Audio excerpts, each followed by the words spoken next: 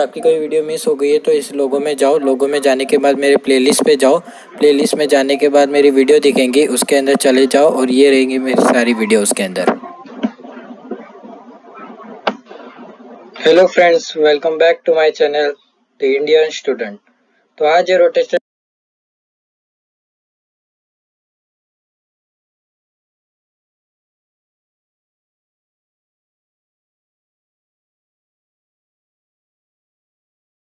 Dynamics का part 13। तो आपको अगर पार्ट 13 पसंद आता है तो इसको लाइक करना, दोस्तों के साथ शेयर करना और सब्सक्राइब नहीं किया अभी तक तो सब्सक्राइब कर दो मेरे चैनल को। और हाँ, बेल नोटिफिकेशन ऑन करना मत भूलना। और इंस्टाग्राम में फॉलो नहीं किया तो फॉलो कर लीजिए। और टेलीग्राम पे तो ज्वाइन होने ही, क्योंकि मैं उसके अंदर स्लाइड्स की सारी पीडीएफ फ्री में प्रोवाइड करता हूँ, इसलिए ज्वाइन हो जाइए। तो चलो आज का टॉपिक चालू करते हैं। क्या है topic cover in this lecture? सबसे पहले angular momentum, derivation of angular momentum, ये सब सिखाएंगे। अभी पढ़ लेते हैं derivation of torque, conservation of angular momentum और concept of angular momentum. Last है conservation, application of angular momentum. ये गलत है, इसके जगह एप्लीकेशन लिख दो, एप्लीकेशन ऑफ एंगुलर मोमेंटम। तो आज इतने 6 टॉपिक कवर करने वाले हैं। पहले 11 टॉपिक में मैंने बोला था कि एंगुलर मोमेंटम में ले सकता था, लेकिन नहीं लिया क्योंकि ये एक अलग टॉपिक है, इसलिए इसको ये लेक्चर में लेना पड़ा। और हाँ, ये जो इनमें से ये दो, डेरिवेशन ऑफ एंगुलर मोमेंटम और डेरिवेशन ऑफ टॉर्क, ये दोनों इजी लगेंगे, या फिर ये दोनों ऐसा बोल सकते हैं सिमिलर है derivation of rotational kinetic energy, जो कि मैंने रोटेशनल डायनेमिक पार्ट 7 में बता दिया है। मेरी प्लेलिस्ट में जाके चेक कर लो, मेरे रोटेशनल डायनेमिक पार्ट 7 में जाओ। अगर आपको पूरा नहीं भी देखना है तो भी मेरा सिर्फ derivation of rotational kinetic energy इतना देख लो, ताकि आपको ये दोनों आसानी से समझ जाए, कोई डिफिकल्टी ना हो। वैसे तो मैं पूरा पूरा ही सिखाऊंगा इसमें भी, पर आसानी से समझने के लिए मैंने बोला कि रोटेशनल काइनेटिक एनर्जी पार्ट 7 देख लो। चलो फिर अभी स्टार्ट करते हैं अपना लेक्चर।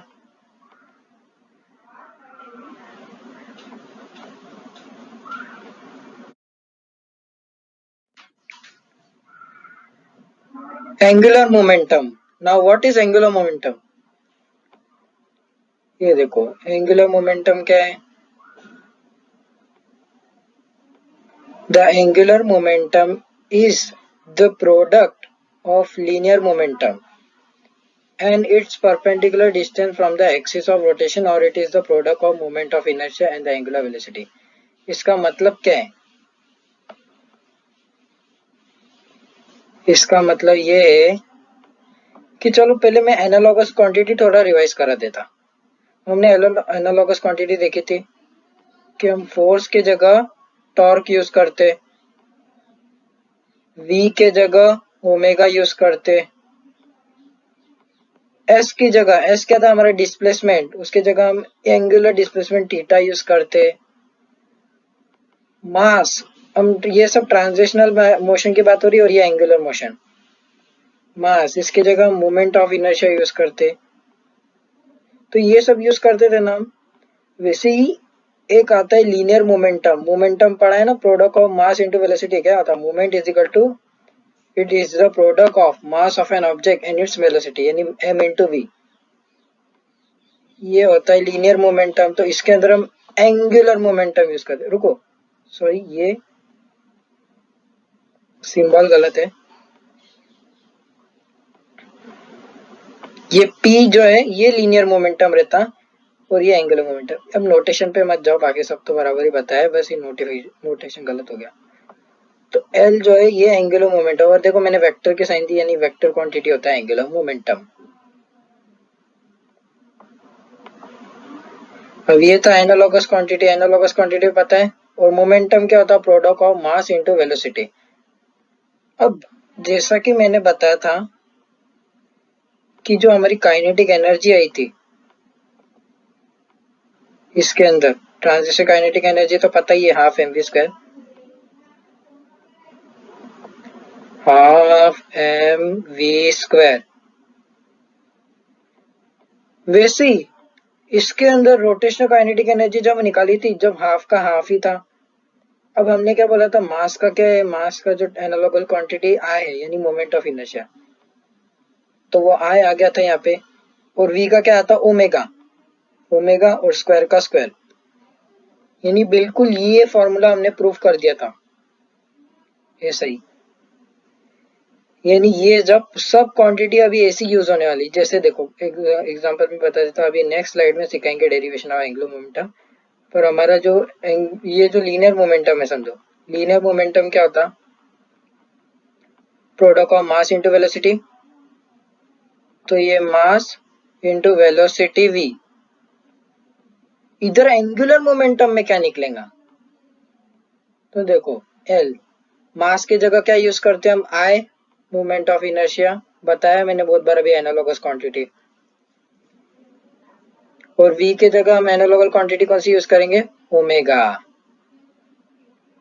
तो ये फॉर्मूला बनता है हमारा एल इक्वल आई ओमेगा, हम करेंगे उसका डेरिवेशन भी नेक्स्ट स्लाइड में। वैसे ही सेम टू सेम देखो,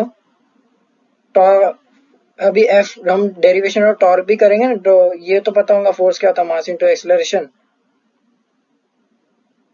तो मास की जगह ये देखो टॉर्क, टॉर्क के मास की जगह हमको आई पुट अप करना है, मैंने अभी बहुत बार बोला क्योंकि ये इसकी एनालॉगस क्वांटिटी है। और ए, एक्सेलरेशन की जगह हमको एंगुलर एक्सेलरेशन पुट अप करना है, जैसे वेलोसिटी का था एंगुलर पर वेलोसिटी पुट अप की रोटेशनल में, वैसे अभी एक्सेलरेशन में रोटेशनल में एंगुलर एक्सेलरेशन यूज करेंगे। तो ये फॉर्मूला हमको मिलेगा इसके बाद, टॉर्क इक्वल आई अल्फा। तो ये सब एनालॉगस क्वांटिटी है।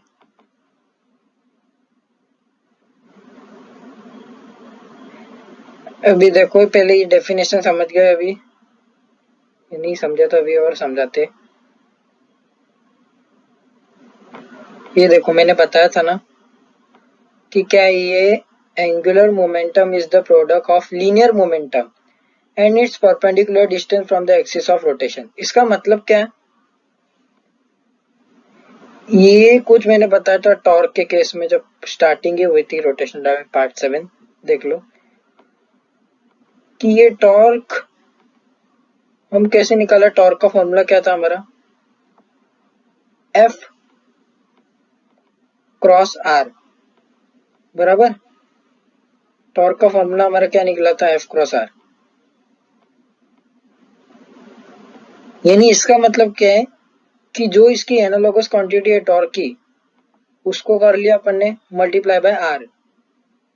इसमें भी सेम टू सेम होगा ही होने वाला है। देखो ये एल है, ये किसमें रोटेशनल की बात चल रही है, यानी एंगुलर मोमेंटम, एंगुलर काइनेमेटिक्स। तो इसका एनालॉगस क्वांटिटी क्या था, पी, यानी लीनियर मोमेंटम बराबर, और मल्टीप्लाई में आर कर दो।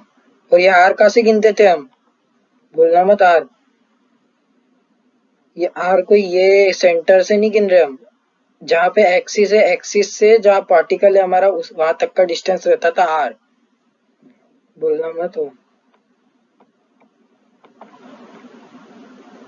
तो ये फॉर्मूला निकल गया हमारा, क्या था, L is equal to P into R या पी क्रॉस आर। और ये देखो ये समझा ना, ये, और it is a product of moment of inertia, अभी निकाला हमने एल इक्वल आई ओमेगा। तो it is a product of moment of inertia and angular velocity, moment of inertia I, angular velocity omega, तो आई ओमेगा प्रोडक्ट बोला है ना। चलो अब देखते हैं, इट इज वेक्टर क्वांटिटी, मैंने पहले ही बोला था, मैंने साइन देख के बोला था। L equal R cross P, देखा जैसे torque equal F cross R, वैसे L equal R cross P, यानी पी इसमें भी आया, बस आर इसमें भी आया।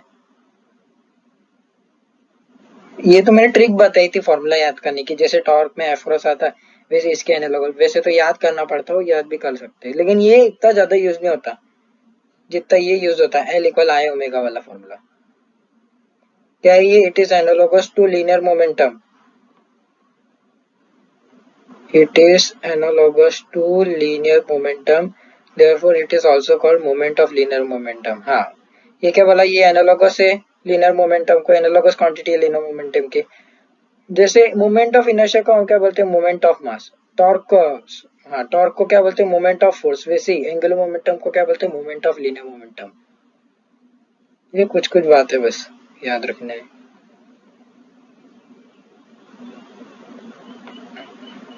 इट्स ऐसा unit is KG metre square per second. ये स्क्वायर है, ये थोड़ा डिफॉल्ट होता नहीं है इसके अंदर पावर पॉइंट में, इसलिए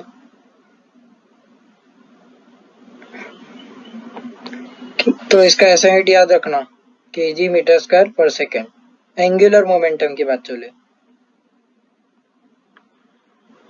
नेक्स्ट इमेज देखते हैं। अभी नेक्स्ट इसमें क्या सीखेंगे, डेरिवेशन ऑफ एंगुलर मोमेंटम।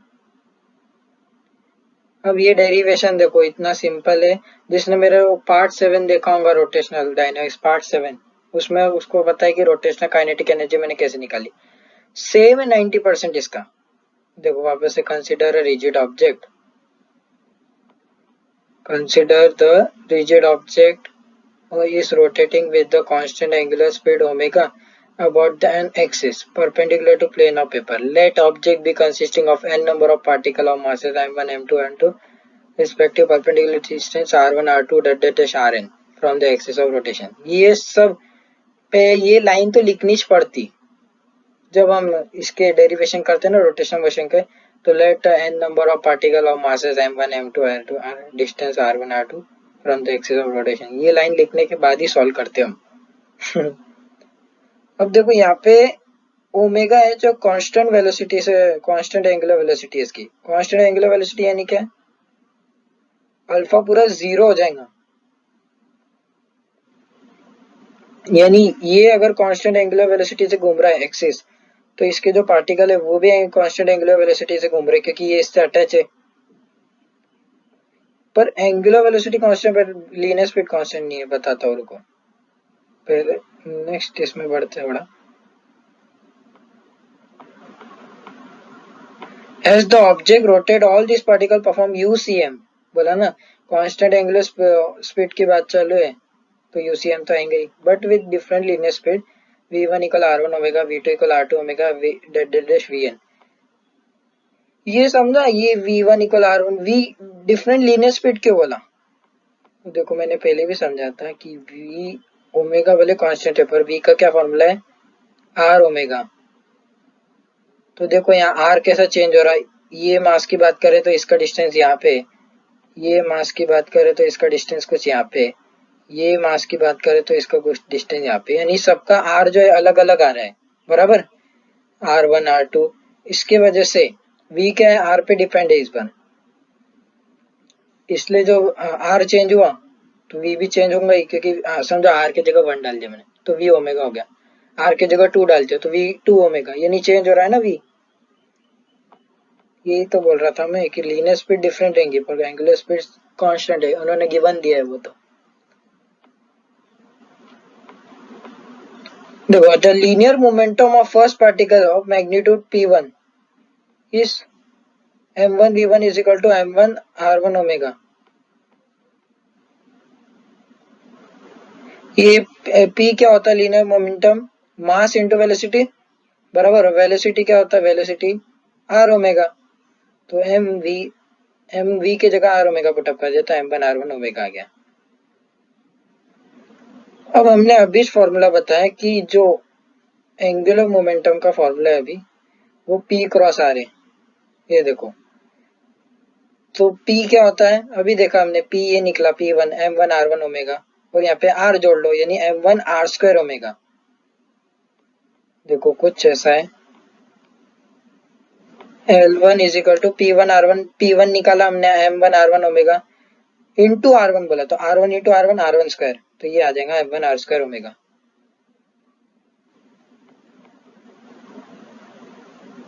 अभी नेक्स्ट इसमें देखो, ये L1 निकाला हमने, L2 भी वैसे ही, L3 भी वैसे ही।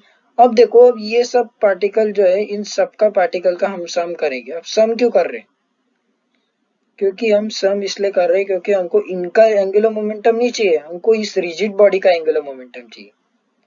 तो हमको ये कैसे मिलेगा एंगुलर मोमेंटम रिजिड बॉडी का, जब इन सब पार्टिकल का सम कर लेंगे हम। जब इन सब पार्टिकल का मैंने सम कर लिया, ये वाला पार्टिकल, ये वाला पार्टिकल, ये वाला पार्टिकल, जितने भी पार्टिकल ऐसे उन सबका सम कर देंगे एंगुलर मोमेंटम, तब जाके हमको मिलेगा angular momentum of rigid body पूरी। देखो, by taking sum of angular momentum N particle we get angular momentum of rigid body. तो हमने सबको सम कर दिया, देयरफॉर सब m1 r square omega plus m2 r2 square omega plus m3 r3 plus dot dot dash mn तक चलने दिया। अब देखो इसमें ओमेगा कांस्टेंट है,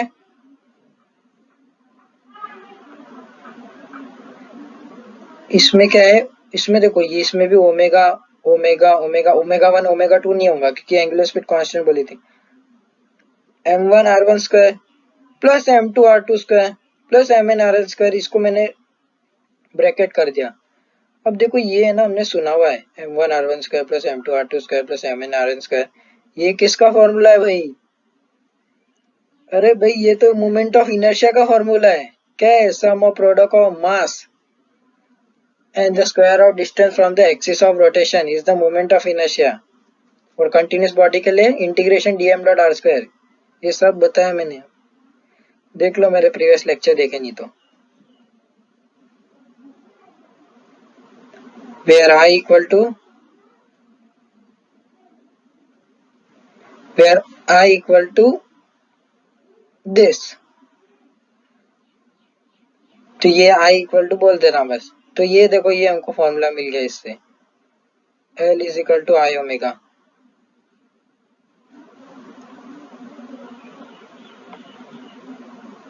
कैसे निकाला? कितना सिंपल था। सबसे पहले ये v equal r1 omega put up किया, फिर एंगुलर मोमेंटम देखा कि किसका L1 L2 L3, फिर सबको सम कर दो, आसानी से आ जाता है। तो चलो स्क्रीनशॉट ले लो। चलो बड़ा था, मैं स्क्रीनशॉट लेने की कोई जरूरत नहीं अगर टेलीग्राम पे हो तो, आप ऐसे बोलता मैं तो। अब देखो डेरिवेशन ऑफ टॉर्क पूरा सेम टू सेम है। इसके अंदर सब कांस्टेंट एंगुलर वेलोसिटी यूज किए हैं, इसके अंदर कांस्टेंट एंगुलर एक्सेलरेशन होगा।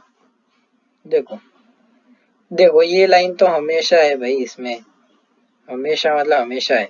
Rotational kinetic energy angular momentum इसमें। Consider a rigid body object rotating with constant angular acceleration alpha about an axis, alpha की बात चली थी इसलिए। देखो let the object to be consisting of n number of particle of masses m1 m2 and mn at a respective perpendicular distance r1 r2 that the rn from the axis of rotation। मैंने बोला था ना ये हमेशा आएगा।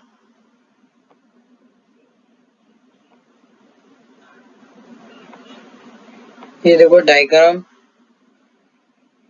अब इसका diagram भी इतना कुछ हार्ड नहीं है समझने के लिए। ये देखो ये अल्फा से घूम रहा है, ये कुछ कुछ पार्टिकल हमने मार्क कर लिया है m1 m2, इन पे फोर्स परपेंडिकुलर लगेगा। टॉर्क का बताया था ना हमने, force perpendicular into r from the axis of rotation.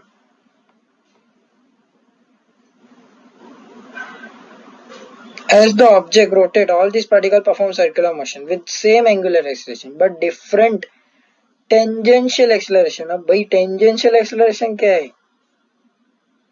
किसी को यही नहीं पता होगा tangential acceleration क्या है। तो tangential acceleration ये होता है a is equal to r alpha, a is equal to r alpha, और अल्फा क्या होता है हमारा एंगुलर एक्सेलरेशन। तो ये फॉर्मूला है।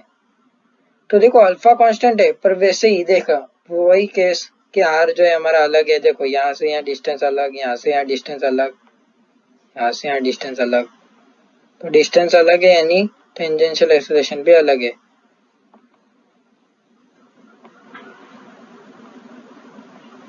Force explain by first particle, वही देखो angular sorry linear momentum of first particle निकाला, फिर से इसके अंदर force explain by first particle, torque explain by first particle, जैसे angular momentum explain by first particle, same to same चलते जा रहे हैं। Similarly by taking sum of all the particle we get moment of inertia और torque.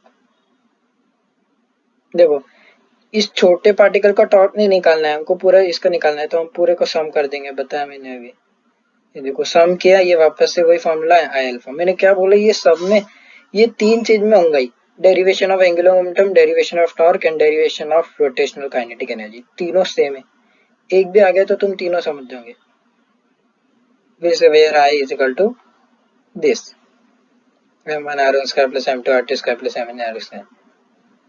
तो ये formula देखो, ये निकला टॉर्क का आई अल्फा। मास का क्या आता था, मास इंटू सॉरी फोर्स का क्या आता था, मास इंटू एक्सेलरेशन। देखो मास की जगह आई आ गया और एक्सेलरेशन के अल्फा, जैसा मैंने बोला था वैसे ही हुआ। चलो नेक्स्ट इसमें बढ़ते भी।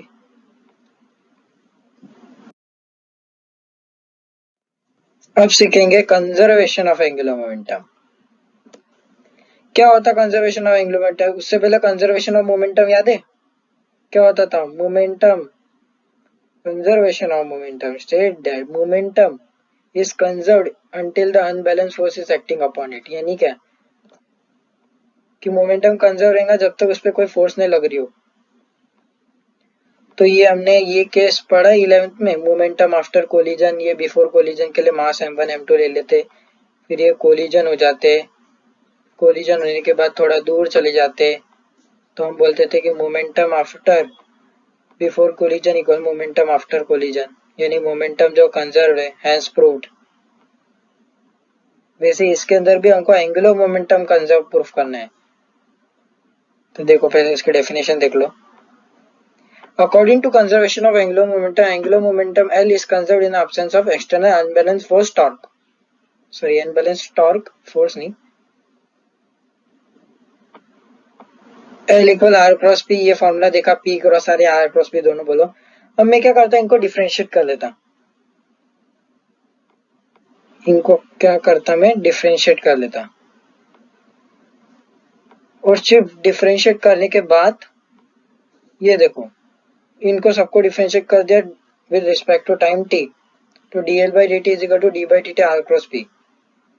फिर से वही u इंटू वी रूल लगाओ, पहले u को बाहर निकालो, v को डिफरेंशिएट करो, प्लस v को डिफरेंशिएट करो, u को बाहर निकालो। सॉरी दोनों सेम बोल दिया क्या मैंने? ये समझे, ऐसा ही समझ लेना था कि r को बाहर निकाला, p को डिफरेंशिएट किया, प्लस p को बाहर निकाला, r को डिफरेंशिएट किया।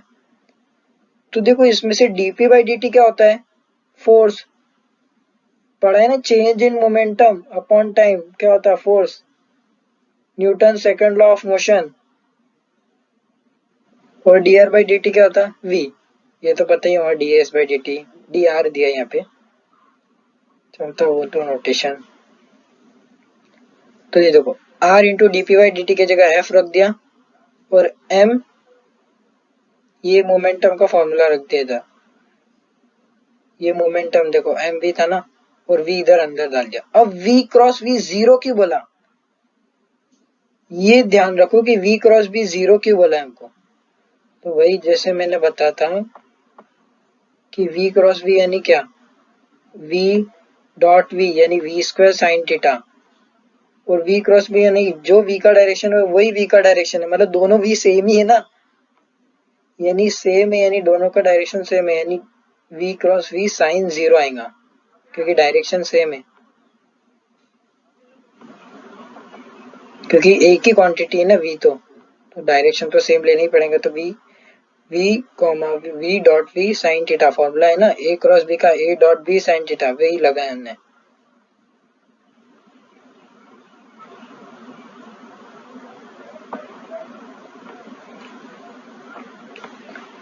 तो वही देखो फिर ये हो गया, ये जीरो हो गया, ये आर क्रॉस एफ आया। आर क्रॉस एफ क्या है? अभी हमने अभी देखा आर क्रॉस एफ क्या है, एफ क्रॉस आर या आर क्रॉस एफ क्या है? टॉर्क होता है, तो टॉर्क पुटअप कर लिया। अब यहाँ पे एक कंडीशन है, यहाँ पे ही सवाल खत्म हो जाता है, torque equal to DL by D. पर अगर टॉर्क जीरो है तो डीएल बाई डी क्या आएगा? जीरो, यानी एल कांस्टेंट। इसका मतलब क्या है, हमने पढ़ा है कि differentiation of constant is zero. इसका उल्टा बोला था कि अगर किसका डिफरेंशिएशन जीरो आता है यानी वो चीज कांस्टेंट है। समझा कि डिफरेंशिएशन ऑफ कांस्टेंट जीरो होता है ना, उसका उल्टा सोचा कि ऐसा किसका डिफरेंशिएशन क्या है जिसका जो जीरो आता है, डिफरेंशिएशन 0 आता है, तो बोलेंगे कांस्टेंट का, यानी एल क्या है, कांस्टेंट है यहाँ पे, इसलिए हमारा डिफरेंशिएशन 0 आया। इसका मतलब एल जो है हमारा कांस्टेंट है।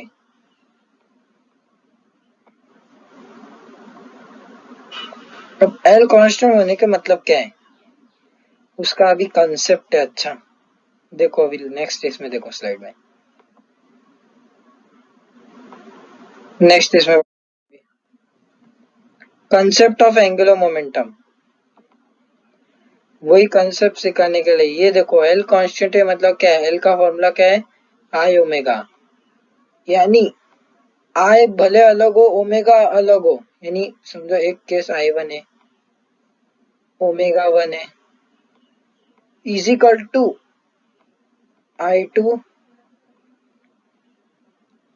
ओमेगा टू, रुको, omega two is equal to I three omega three is equal to I four omega four is equal to I n omega n, इतना ही चलते जाएगा।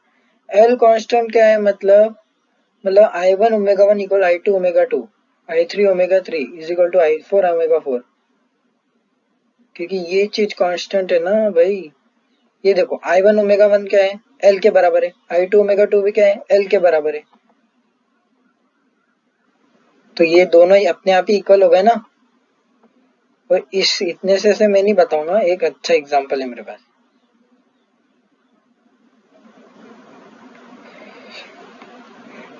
देखो भी तीनों एग्जांपल देखो, तीनों केसेस, सॉरी एक केस है, ये एक बॉय है, इसने रस्सी को इतनी दूर पकड़ के रखा और यहाँ पे बॉल टाइट कर दिया वहां पे, और ये भी इसको क्या कर रहा है, ये घुमा रहा है एकदम जोर से, ये घुमा रहा है, यानी इसका मोमेंट ऑफ इनर्शिया क्या होगा, सबसे पहले बताओ, सबसे पहले मोमेंट ऑफ इनर्शिया क्या होगा इसका। तो इसका जो मोमेंट ऑफ इनर्शिया समझो, मान लेते हैं कि ये जो है देखो ये बहुत डिस्टेंस पे अभी, और समझ लिया मैंने ये जो बॉय ये घुमा रहा है, यानी ये एक्सेस से घुमा रहा है समझो ये, तो यहाँ से यहाँ तक का डिस्टेंस लिया, यानी ये बहुत बड़ा डिस्टेंस है अभी के लिए, यानी आई जो है इसका ज्यादा है, तो मैं समझो मान लेता हूँ कि आई जो है हमारा 10 है, तो आई क्या होता है, ओमेगा, ओमेगा कम होगा, ऐसा क्यों बोल रहा हूं मैं, क्योंकि एल इक्वल क्या होता है ओमेगा, तो आई ओमेगा इक्वल एल, दोनों सेम ही बोल सकते हो, बराबर। आई ओमेगा क्या होता है, एल होता है, बराबर। तो आई क्या हो जाएगा, यहाँ से आई हो जाएगा एल बाय ओमेगा, यानी इसका मतलब क्या, एल तो कांस्टेंट हो गया, यानी कांस्टेंट को थोड़ी ना गिनते हम इनवर्सली प्रोपोर्शनल में, प्रोपोर्शनल में रेशो में, तो ओमेगा ही बचा यहाँ पे, यानी आई क्या है, इनवर्सली प्रोपोर्शनल ओमेगा के, ये बता रहा था मैं। और आई एक और इनवर्सली प्रोपोर्शनल है एन के, where N is the frequency. मैं क्यों बोल रहा एन के इनवर्सली प्रोपोर्शनल, क्योंकि ओमेगा क्या होता है 2 पाई एन, तो 2 पाई भी तो कांस्टेंट ही है ना, तो सारे कांस्टेंट को बाहर निकाला, तो ये या तो आई इनवर्सली प्रोपोर्शनल ओमेगा या तो आई इनवर्सली प्रोपोर्शनल एन। तो देखो यहाँ पे ओमेगा क्या होगा, डिक्रीज होगा, इस समझो मैं बोल देता 2 है अभी ओमेगा, यहाँ पे 2 रेडियन पर सेकेंड स्क्वायर, सॉरी रेडियन पर सेकेंड। अब ये दूसरा केस देख लो, इसके अंदर ये जो है उसने थोड़ा ज्यादा दूर नहीं, अभी इतना दूर लिया, इतने दूर से घुमाने लगा, तो उसने देखा कि मेरी जो स्पीड है बढ़ गई, मैंने उतना ही फोर्स लगाया तो भी मेरी स्पीड बढ़ गई, ऐसा इसलिए क्योंकि मोमेंट ऑफ इनर्शिया अभी घट गया। अब कुछ मोमेंट ऑफ इनर्शिया 10 से 5 में आ गया, यानी डिक्रीज हो गया, और ये जो ओमेगा है ये कुछ 2 से 4 में आ गया।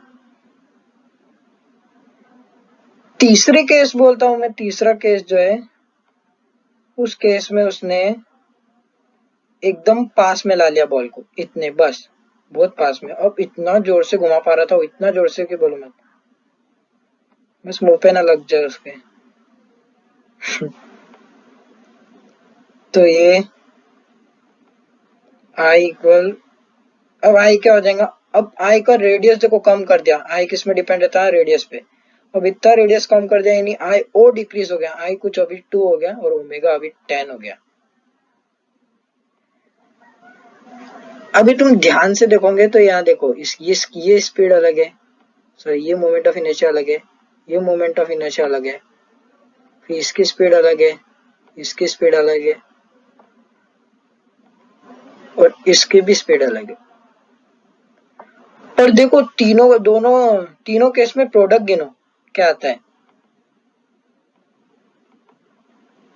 तीनों केसेस में प्रोडक्ट एक ही आता है, वो है 20। और प्रोडक्ट क्या है, आई ओमेगा, यानी एल, यानी एंगुलर मोमेंटम कंजर्व रहेगा, भले इनर्शिया चेंज हो जाए, एंगुलर स्पीड चेंज हो जाए, पर उन दोनों का जब प्रोडक्ट निकालेंगे तो हमको एंगुलर मोमेंटम हमेशा कांस्टेंट मिलेगा। ये बता रहा था मैं कब का एग्जांपल से, कि आई भले चेंज हो जाए, ओमेगा भी चेंज हो जाए, पर हमेशा एल कांस्टेंट रहेगा, क्योंकि आई इंटू ओमेगा जब करेंगे तो एल कांस्टेंट ही निकलता। देखो 10 टू 5 4 जा 20, 2 10 जा 20, ये तो मैंने अप्रोक्स ले लिया, असली में भी ऐसे ही निकलता। तो देखो तुमको ऐसे सवाल कैसे आएंगे इस पे तुमको I1 दिया जाएगा कोई भी, या फिर तुमको ऐसा डिश दे दी जाएंगी, तुमको खुद को पता रहेगा I1 क्या होगा, उसका एम आर स्क्वायर बाई 2, उसका I2 बताओ कि अगर इसका एक पार्ट टूट गया तो अब कितनी स्पीड से घूम रहा हूँ वो, तो हमको पता है कि एंगुलर मोमेंटम कंजर्व्ड है, तो आई भले उसका कम हो गया, ओमेगा भी कम होगा, पर दोनों का प्रोडक्ट नहीं होगा ना, दोनों का प्रोडक्ट तो कांस्टेंट ही रहेगा। तो I1 omega 1 is equal to I2 omega 2, वैसा फॉर्मूला लगा के करना पड़ेगा वो सॉल्व। वो लूंगा मैं न्यूमेरिकल, पर अगले लेक्चर में, इस लेक्चर में नहीं है वो। चलो देखते हैं अभी next.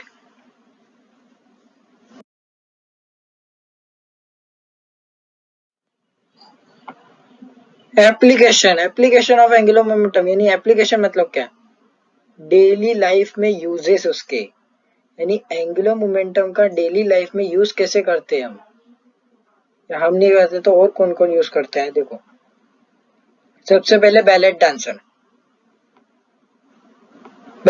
During ice ballot, the dancer have to undertake round of smaller and large radii. The dancer come together while taking the round of smaller radius. जब उनको छोटा सा राउंड लेना पड़ता तो वो अपनी बॉडी को पूरा सिकोड़ डालते हैं ऐसा, तो moment of inertia of system become minimum. सिकोड़ा तो यानी रेडियस कम हुआ तो मोमेंट ऑफ इनर्शिया अपने आप कम हो गया, and frequency increases to make it thrilling. While outer round में क्या करते हैं, वो डांसर अपनी बॉडी को स्ट्रेच करते हैं, यानी लेग को स्ट्रेच कर देंगे, हैंड को, उससे क्या होगा, मोमेंट ऑफ इनर्शिया बढ़ जाएगा, और वही मोमेंट ऑफ इनर्शिया बढ़ने की वजह से एंगुलर स्पीड घट जाएंगी। और एंगुलर स्पीड घटने का फायदा क्या है, फिर एंगुलर स्पीड घट गई तो उनको स्लिप नहीं हो पाएंगे फिर वो, और फिर अपना डांस कंटिन्यू कर पाएंगे वो। जैसे कि देखो कुछ ऐसा कैसे, ये वैसे बैलेट डांसिंग तो नहीं कर रही, पर केस ऐसा ले सकते हैं। ये देखो, ये उसने अपने हाथ स्ट्रेच कर लिए, यानी मोमेंट ऑफ इनर्शिया को बढ़ा दिया, और इस केस में कैसा है, इसने क्लोज कर दिया, यानी मोमेंट ऑफ इनर्शिया को घटा दिया। देखो यहाँ लिखा भी है, आई स्मॉल ओमेगा लार्ज, आई large omega small. Next application क्या है, और हाँ भाई मैं जो बोल रहा हूँ ना, ये जैसा मैंने एप्लीकेशन लिखा है वैसा का वैसे ही एप्लीकेशन बोर्ड में लिख के आना। देखो नेक्स्ट इसमें देखते हैं, डाइविंग इन स्विमिंग पूल। देखो while on the diving board the divers stretch their body so as to increase the moment of inertia. Immediately after leaving the boat they fold their body, this reduce the moment of inertia considerably. यानी ये क्या करते हैं, जब उनको round मारना रहा हवा के अंदर ही, तो अपने बॉडी को ऐसा सिकुड़ डालते, वापस से श्रिंक कर देते, ताकि मोमेंट ऑफ इनर्शिया डिक्रीज हो जाए। और मोमेंट ऑफ इनर्शिया डिक्रीज होने का फायदा क्या है, अभी एंगुलर स्पीड बढ़ जाती है और एंगुलर स्पीड बढ़ने की वजह से वो ज्यादा राउंड मार पाते हैं हवा के अंदर। और फिर जैसे ही पानी के अंदर डाइव मारना उससे 2-3 सेकंड पहले ही वो स्ट्रेच कर देते हैं अपनी बॉडी को। स्ट्रेच करने का फायदा क्या है, फिर स्ट्रेच करने से मोमेंट ऑफ इनर्शिया बढ़ गया, और मोमेंट ऑफ इनर्शिया बढ़ गया तो जो एंगुलर स्पीड है वो घट गई, और एंगुलर स्पीड घटने के वजह से वो आसानी से सेफली डाइव कर पाते। क्योंकि अगर वो ऐसे घूमते घूमते ही गिरे ना तो उनको इंजरी भी आ सकती है। देखो इसका है मेरे पास इमेज। कुछ ऐसे डाइवर देखो ऐसी डाइविंग करते स्विमिंग पूल के अंदर। और ये दोनों एग्जाम्पल ट्राई मत करना है। हाँ चलो ये घर पे कर लेना, ऐसा गोल गोल चक्कर मार के पता चल जाएगा। पर ये वाला तो बिल्कुल नहीं है। वो कर रहे हो तो फिर उससे पहले एक साइंस ऑफ स्टूपिड देख लेना, फिर पता चल जाएगा। क्योंकि उसको बहुत वो लगता है साइंस। और ये लोग जिनको साइंस नहीं भी आता तो वो बहुत प्रैक्टिस करते फिर।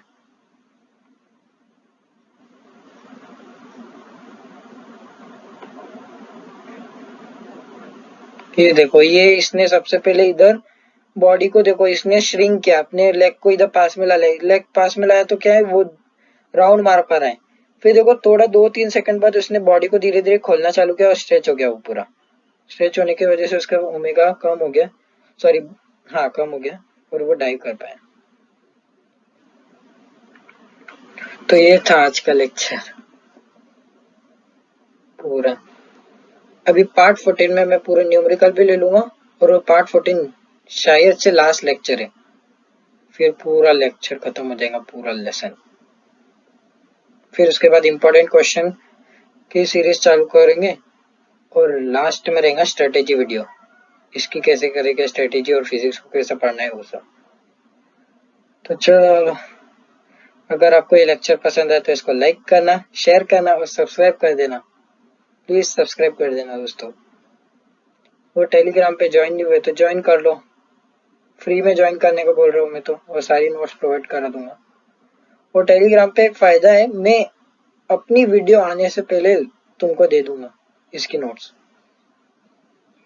फायदा जल्दी उठाओ, जल्दी जल्दी पढ़ाई हो जाएंगी तुम्हारी। ओके तो ये लेक्चर अभी मैं एंड करता हूँ।